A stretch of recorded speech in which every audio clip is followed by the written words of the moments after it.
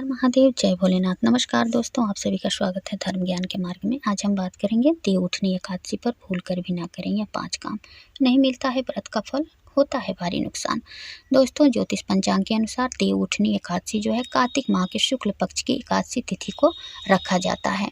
इस साल देव उठनी एकादशी 2023 में 23 नवंबर को पड़ रही है। देव उठनी एकादशी जो है 23 नवंबर को इसका व्रत रखा जाएगा। शास्त्रों के अनुसार इस एकादशी के साथ ही चतुर्मास की समाप्ति हो जाती है। इसके साथ ही भगवान विष्णु भी योग निद्रा से जाग जाते हैं। आज के दिन भगवान विष्णु की पूजा करने के साथ साथ कुछ कामों को करने की मनाही होती है। चलिए जानते हैं वो कौन से काम है जो हमें भूल कर भी नहीं करना चाहिए। मान्यता है कि इस दिन पूजा पाठ करने से भगवान विष्णु प्रसन्न होते हैं और भक्तों की सभी मनोकामनाओं को पूर्ण कर देते हैं। आप लोग वीडियो को अंत तक जरूर देखिएगा और ऐसे ही वीडियो देखने के लिए अगर अभी तक आप लोग मेरे चैनल को सब्सक्राइब नहीं किए हैं तो वीडियो को लाइक और चैनल को सब्सक्राइब करके कमेंट बॉक्स में जय श्रीमन नारायण और जय माँ लक्ष्मी जरूर लिख दीजिएगा। इनकी कृपा पाने के लिए सदा इनकी कृपा आप लोगों पर बनी रहे, मैं भी यही दुआ करूँगी। दोस्तों, पहला नियम जो है क्या करना है कि शास्त्रों में बताया गया है कि देव उठनी एकादशी पर व्यक्ति को तुलसी के पौधे को भूल कर भी नहीं तोड़ना चाहिए। ऐसा इसलिए क्योंकि इस दिन भगवान शालिग्राम का विवाह माता तुलसी से विधि विधान से किया जाता है। इस नियम का पालन न करने से भगवान विष्णु क्रोधित हो जाते हैं। दूसरा है जो इसके साथ ही एकादशी तिथि के दिन तामसिक भोजन, चावल यानी कि लहसुन, प्याज, मांस, मदिरा का सेवन भी निषेध माना गया है।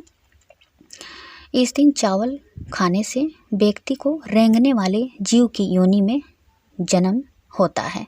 तो इस दिन आप लोग भूल कर भी, जो व्रत रखते हैं वो भी, जो नहीं रखते हैं वो भी, चावल का सेवन भूल कर भी ना करें। भगवान के भोग में भी यानी कि अक्षत के रूप में भी चावल वहाँ पर आप लोग पूजा में ना लगाएं। चावल के जगह पर आप लोग तिल का भगवान को भोग लगा सकते हैं, लेकिन भूल कर भी आप लोग, ऐसा माना जाता है कि शास्त्रों में लिखा है कि इस दिन सारे पाप जो होते हैं वो चावल में जाकर छिप जाते हैं। तो चावल भूल कर भी आप लोग परिवार के कोई सदस्य ग्रहण ना करें। साथ ही देव उठने के दिन तीसरा बात जो है दोस्तों, तीसरा काम क्या नहीं करना है। व्यक्ति को खासकर व्रत रहे लोगों को किसी भी प्रकार के वाद विवाद से बचना चाहिए। इसके साथ ही उन्हें किसी प्रकार के गलत शब्द का प्रयोग नहीं करना चाहिए। इस दिन उन्हें हर समय भगवान का नाम का स्मरण करना चाहिए। किसी की चुगली, किसी की चर्चा, किसी का बात, किसी पर क्रोध, किसी को अपशब्द बातें भूल कर भी इस दिन नहीं बोलना चाहिए। सनातन धर्म में दान को बहुत ही महत्वपूर्ण माना जाता है, इसलिए देव उठनी एकादशी के दिन किसी ज़रूरतमंद को अन्न या धन का जरूर दान करें।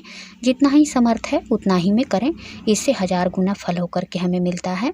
साथ ही जिन लोगों को विवाह से संबंधित बाधाओं का सामना करना पड़ रहा है उन्हें इस दिन केसर, केला या हल्दी का दान जरूर करना चाहिए। इससे विवाह के योग जल्दी बन जाते हैं।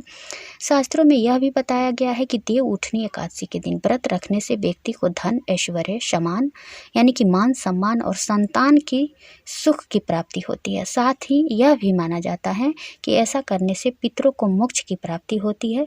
अगर संभव हो तो इस दिन पवित्र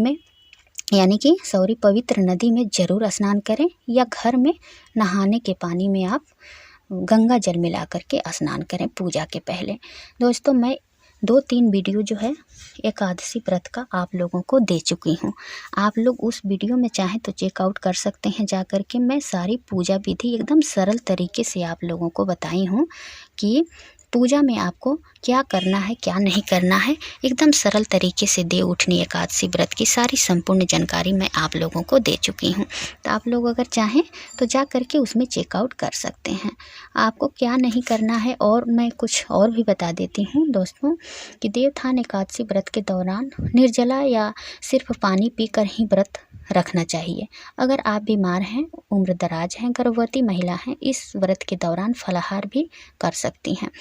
तो इस व्रत को आप फलाहार पर भी कर सकते हैं, लेकिन आपको फल लेकर ही इस व्रत को करना चाहिए। बाकी कुछ भी इसमें नहीं खाया जाता है। फल आप कोई भी ले सकते हैं, दूध ले सकते हैं, लेकिन आपको भूल कर भी कोई चीज़ साबूदाना वगैरह नहीं खाना चाहिए।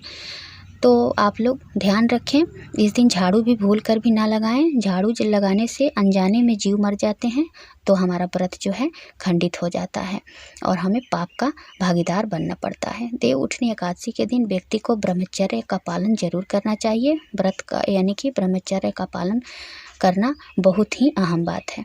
ज़मीन पर या चटाई पर बिछाकर अगर आप सो सकते हैं तो इसका भी पालन आप करें।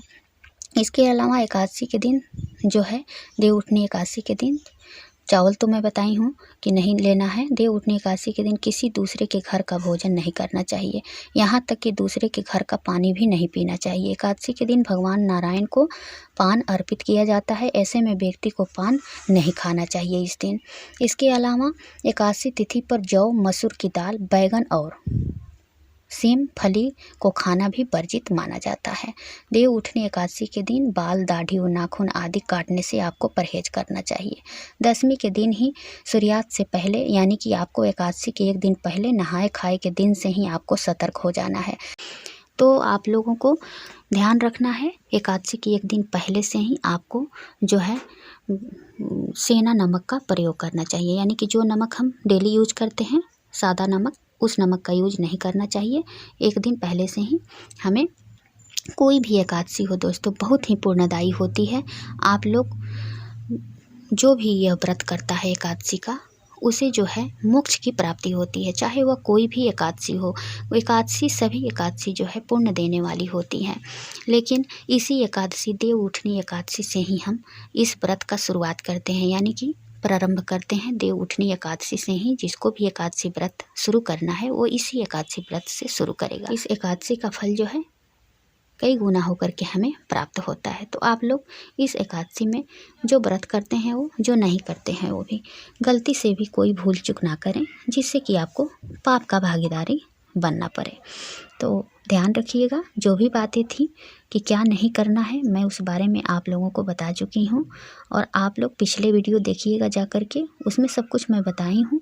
उस वीडियो को देख कर के आपको सारी बातें समझ में आ जाएगा। उम्मीद करती हूँ कि यह वीडियो आपको पसंद आएगी। अगर वीडियो पसंद आए तो वीडियो को लाइक और चैनल को सब्सक्राइब करके कमेंट बॉक्स में जय श्रीमन्नारायण और जय माँ लक्ष्मी जरूर लिख दीजिएगा, इनकी कृपा पाने के लिए। सदा इनकी कृपा आप लोगों पर बनी रहे।